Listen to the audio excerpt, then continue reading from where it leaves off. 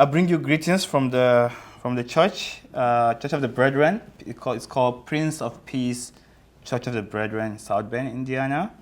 I was having a conversation with the pastor because when I attended, I decided to worship with them last Sunday. So the church was it has increased from where when I left. So I was asking him, wow, all of a sudden we have a huge congregation back in the church. So he was telling me that it's with the recent change in administration, with the incoming this administration, many people felt the need for a community. So that tends to kind of push people towards church and to help them to be able to confront the challenges we face today. So which is an interesting insight. I didn't know that those things could interact in such a way.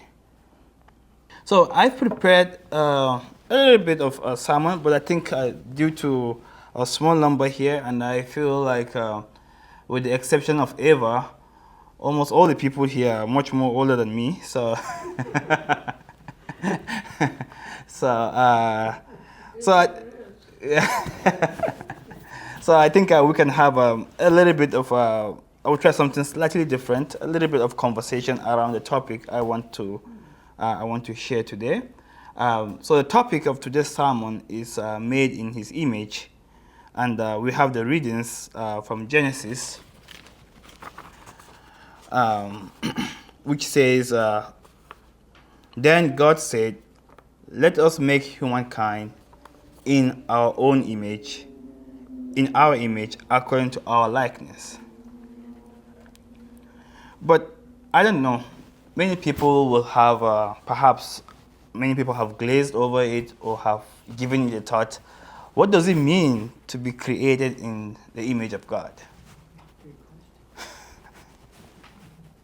How you treat people is how you respect God. So it could go both ways. How does being created in the image of God connect to human dignity? So talking about human dignity and the image of God, there has been a lot of philosophical debate on terms of what does it mean in terms of human dignity, and most of the concept developed in human dignity, which find its place in our laws, in our policies, in our constitution, tend to stem from being created in the image of God. So among the various schools of thought by the scholars on how to conceptualize what human dignity means, the only one that has been very coherent or that can at least stand what people are aiming for is when you anchor that definition of human dignity on that all humans are created in the image of God. So our last 2 weeks, how many people are familiar with the encyclical, which is normally released from the Pope from time to time? Well, I hear about it a lot. I'm not sure exactly what it is. Yeah, I went to Notre Dame, so we are used to encyclical. So it's like our second Bible. So I would put it that way. So one of the most Laudato Si was released by Pope Francis. It was really center of my master's during that time. But the recent one, 2 weeks ago, which was released by Pope Leo the 16th, he titled it Magnifica Humanitas. This magnificent humanity. That's what it humanity. Yeah, that's what it means. And he talked about various contemporary issues linking being created in the image of God, human dignity, and some of contemporary issues in the society. Most especially, he commented extensively, I would say, on the use of AI and the rest. So I think this conversation is timely and also kind of coincided with our readings today, lectionary reading, in terms of being created in the image of God. What does it mean? How do people conceptualize it, how is it operated in the society, and what are some of the ways that we as believers, we should be aware of how to operationalize that word, human dignity, within one another and also to the world at large. So, and that's one of the reasons why I'm trying to have a conversation on this particular topic, because we are going to be in different rooms, and we are going to be encountered with different scenarios, which will force us to redefine or conceptualize what does it mean to treat human with human dignity. And I feel if Christians are not empowered to be able to have that conversation, to be able to see through it, to be able to counteract the way things are rapidly changing, the church will always be found catching up to the world. And I feel like this particular encyclical by the Pope is very timely and kind of set the stage for the conversation as things are moving and are shaping very fast in our society. So human dignity does not depend on person's abilities, weight, wealth, or position in life, nor on the right or wrong choices made. Instead, it is a gift that precedes and transcends each person, endowed by God as an expression of his unfailing love. Quote unquote. This is from the encyclical by Pope Leo. And he went further and said, the fundamental dignity of each person is neither acquired nor earned, nor does it need to be justified. Every human person possesses an infinite dignity, inalienable, grounded in his or her very being, which prevails in and beyond every circumstance, state, or situation the person may ever encounter. In other words, always and without exception. So I find those two quotes kind of speak towards what we mean when when we say that we are created in the image of God, most especially in how we extend it to other people or to the world as a whole. Secondly, the image means you are made in the likeness of God, who is love in a relationship. Today is Trinity Sunday, which means communion of persons, the Father, Son, and the Holy Spirit, which is love in itself in a relationship, and which is expressed in the mutual gift of self and sharing with the world. So, to bear that image is to be made fundamentally for relationship, for love, for giving oneself to something beyond oneself. The most essentially human thing about any person is not their output, it is their capacity for love. So that's the second part of second part of the image, means to be able to love in a relationship. And the third part, the image means you are a face, not a function. And that relates into how we interact with one another, how we see each person. And when we say seeing one another, seeing each person, sometimes we tend to limit our thinking to the people that look like us, people that we share the same gender with, these people that we share the same national border with, and the rest. And I can tell you that this particular understanding is one of the genesis or the foundation of many of the problems that the world faces. And there are many examples of where this kind of thinking has found its way into policies, up to constitution. That inability to see someone as a face, not as an output.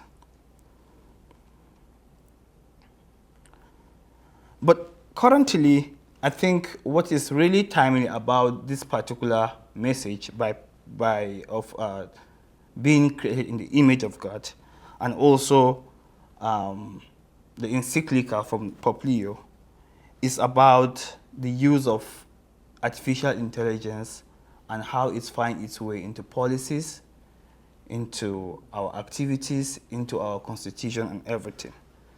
And which is very important. So sometimes people think that these things are very abstract, they are far away from us, but I can tell you this is real and it impacts life. It is used in wars, it is used to determine who is deemed to receive certain benefit or who is not deemed to receive certain benefit. It is used to lay off people from work. It was used in the recent government with Deutsche. Deutsche used it very well to destroy some people's life and lay off people off work and the rest. So, In Germany? no, I'm talking of Oh, Department Deutsche. of Government Oh, Efficiency. Oh, that one. Deutsche. Not in Germany. Yeah, okay.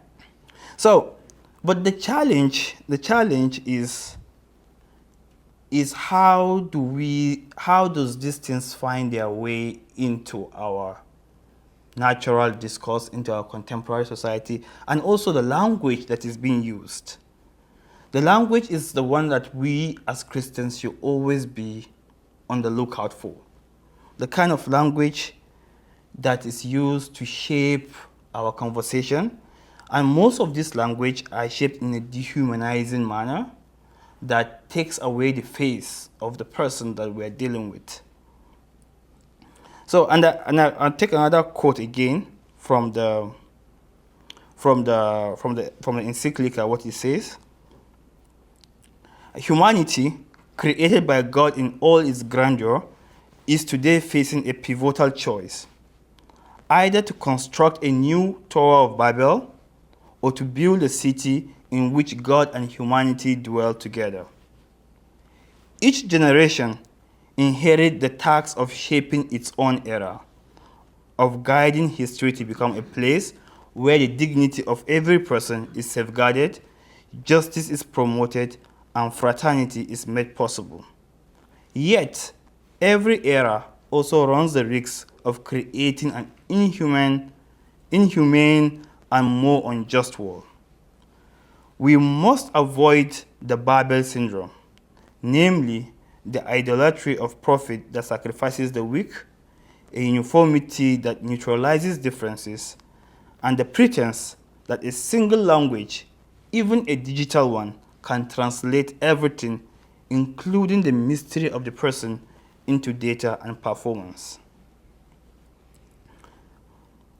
If technological development advances without a corresponding ethical and social progress, the result may be an increase in means without a growth in humanity, having more without being more. In such a scenario, there is a risk that individuals will be evaluated principally according to the outcomes they produce. Ending quote. So I find this particular passage very striking, and also trying to take us back to how the society as a whole assess people, assess who they want to extend mercy to and who do not want to extend mercy to. And recently there is a policy, I mean, it's still ongoing. I think 39 countries that were banned, including Nigeria, that were banned from any immigration benefit. And I was following the conversation on Twitter and the argument that people are making. The argument was not centered on this, like, okay, these are human beings with life that deserve consideration, but rather these are high-valued human beings because they are well-educated, they are researchers, they are scientists, and they are everything. And what is striking for me is that many of the accounts that are promoting this kind of language, the way they framed it, especially during the time when you take, for instance, their argument when they are talking about illegal immigration and when they're talking about legal immigration, the argument is anchored amongst that we are very valued, we are educated, we have PhDs, we are doing AI research, and those illegal immigrants, you can just do away with them, but we deserve mercy because of what we bring to the table. That is how the argument is being formulated. And I was not comfortable with the way the argument was put across. And I think it's a slippery rope when we tend to slide towards determining who should receive certain benefits or who should receive special consideration, not by the fact that we are all humans that should be treated with some level of dignity, but because of certain credentials, certain outputs that we are to produce, and that is how we based our laws and our policies and everything. And this is also being aware of the fact that policy making, especially public policy making, is not an easy task. It's always challenging. I just want to call our attention to that. We should always be mindful to how things are being framed and how things are being discussed in our society. We are going to find ourselves in different rooms, in different tables, and things are going to be brought to us. And we should take a step further and reevaluate how we think and how we approach these things. The problem with AI is that people tend to make it look as an objective means of assessment. And once we lean into that, oh, nobody has done that. It's the AI that has produced this. So no human has done that. So people gave it a little bit of more credibility, or it lacks any subjectivity, and people are kind of constrained to act in a certain manner. And I can tell you, I work in a pharma company. It's still not an easy decision, even to be able to bring those kind of conversation in that space. But we are going to be confronted with those kind of things very frequently, and because it is an algorithm that did it, it absolves anyone of blame. But I can tell you that we are not absolved of the blame. The AI can recommend, but we are the ones that affirmed, and we are the ones that implement. So we should always, always, always be wary. We should always dig deeper to identify who is left behind in this kind of policies. How does this information come about? And then if we go back to our reading in Colossians, we hear what Paul writes to the church there. It says, "He is the image of the invisible God, the firstborn of all creation. For in him all things in heaven and on earth were created, he himself before all things, and in him all things hold together." So, Paul here is trying to bring back Christ as the image of God. That Christ is that image that we are created in. He is not just a mere bearer of the image, but he is the image itself. The fullest possible expression of what it means to be human and what a human being is for. So when you want to know how God sees the person in front of you, you should not look at what people or what policy or what constitution says about that person. You should rather look at what Jesus says about that person. And we know as Christians how Jesus acted when he was on earth. He touched the leper that no one will touch. He stopped for the blind man. Everyone was hurrying to pass. He crossed into Samaria, into the enemy territory, to have a conversation with a woman who the society have left behind. He didn't ask questions, what is your value? What are you going to contribute to the society? How are you going to make our GDP better? He asked what they needed. No human situation that is not worthy of God. Everyone is worthy of God.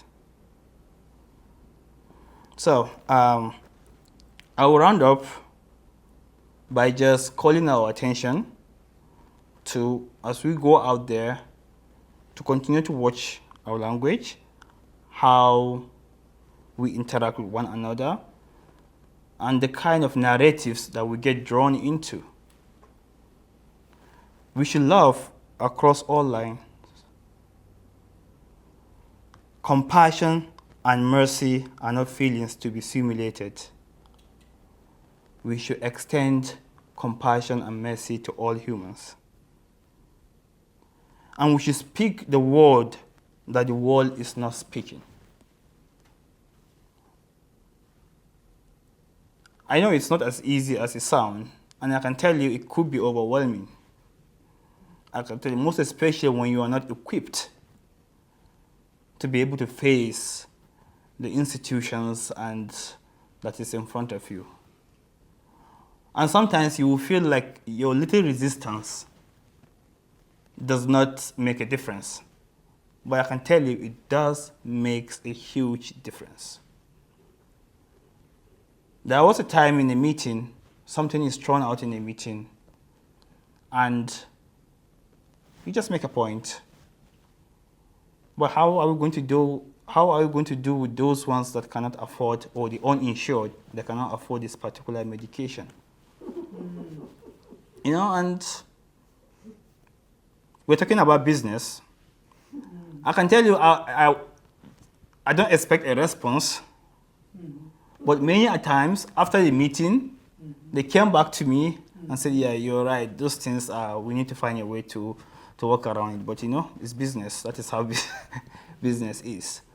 So what I'm trying to say is that sometimes we feel our voice doesn't make a difference, but I can say that just articulating how you feel about something, it makes a huge difference.